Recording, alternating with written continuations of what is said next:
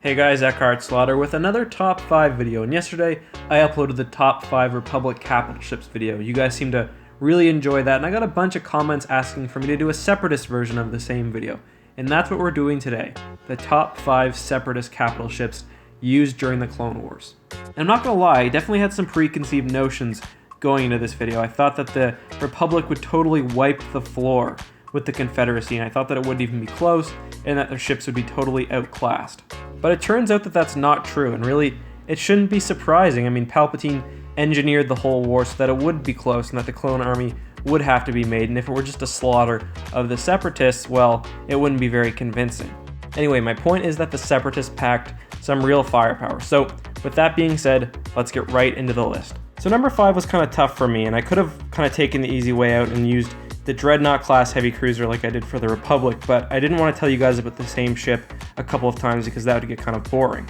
So I kind of narrowed it down to either the Munificent class star frigate or the Recusant class light destroyer. Now these ships were both extremely common within the Separatist Navy, especially the Munificent class star frigate, and it was probably, in fact, their most common ship. Both ships are pretty similar in size, with the Recusant being about 300 meters longer, but having less tonnage than the Munificent. The Recusant has a stronger hull and more shielding, but the Munificent has a slight edge in offensive capabilities and firepower. And really, if those were the only things that were different about the ships, I probably wouldn't be able to choose which one was stronger, but the Recusant ultimately does have one extra benefit, and that's it's able to transport and carry starfighters. I'll explain how it works.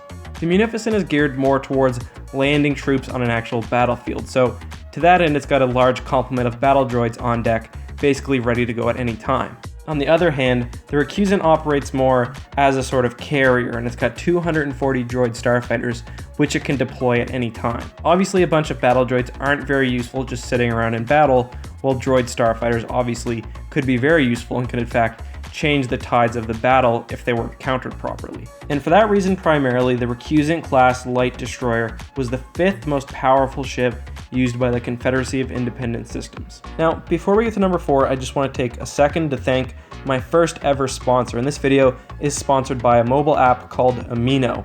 And Amino is kind of like a mobile collection of communities, not unlike Reddit or some other sites, but it's kind of got a lot more interesting features. Let's just take a look at the Star Wars community for just a second. You can scroll through, and there are obviously a ton of new posts within the past couple of hours. A lot of them have many comments on, and you can see right now at the very bottom actually that there are 89 people on at this very instant. If you can scroll over, you've got things like latest news, public chats, quizzes, polls, and of course it's not just Star Wars. You can see that, for example, I also subscribe to a hockey community. Lots of stuff there, and I'm making my own. So for anyone who wants another way to talk to me, I'm going to put a link down in the description to Amino if you're interested, and who knows, maybe we can get a fun little community going. But anyone not interested in that, let's get right to number 4. Number 4 is the Bulwark class battleship, and I actually love this one because it kind of seems like someone just took a bunch of scrap metal, threw it together, put some cannons on it, and sent it out on its way.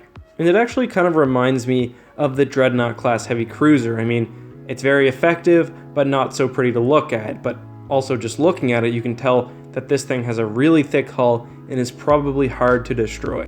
And the ship not only looked thick, but it was, and it could very easily ram smaller ships while taking very little damage. The ship was also loaded with a good amount of turbo lasers and ion cannons.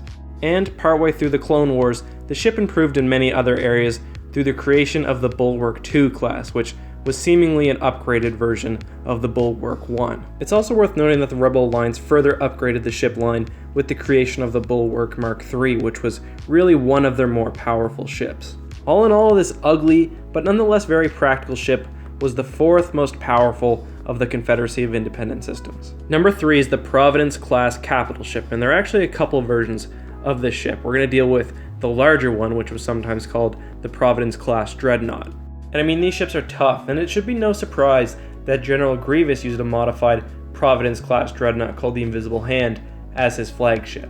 A single Dreadnought could face off against a Republic Venator or even Victory class Star Destroyer and come out on top. A single ship was over 2 kilometers long, could carry over 100 droid fighters and vulture droids, and was well armed, especially with proton torpedoes. Interestingly enough, these ships would often be commandeered after the Clone Wars by the Rebel Alliance, so these ships obviously had some real lasting power. The only thing holding the Providence back from being higher up on this list is a lack of really impressive size. I mean, it's still 2 kilometers long, which is pretty large for a Confederate ship, but doesn't quite stack up to some of the larger Republic ships.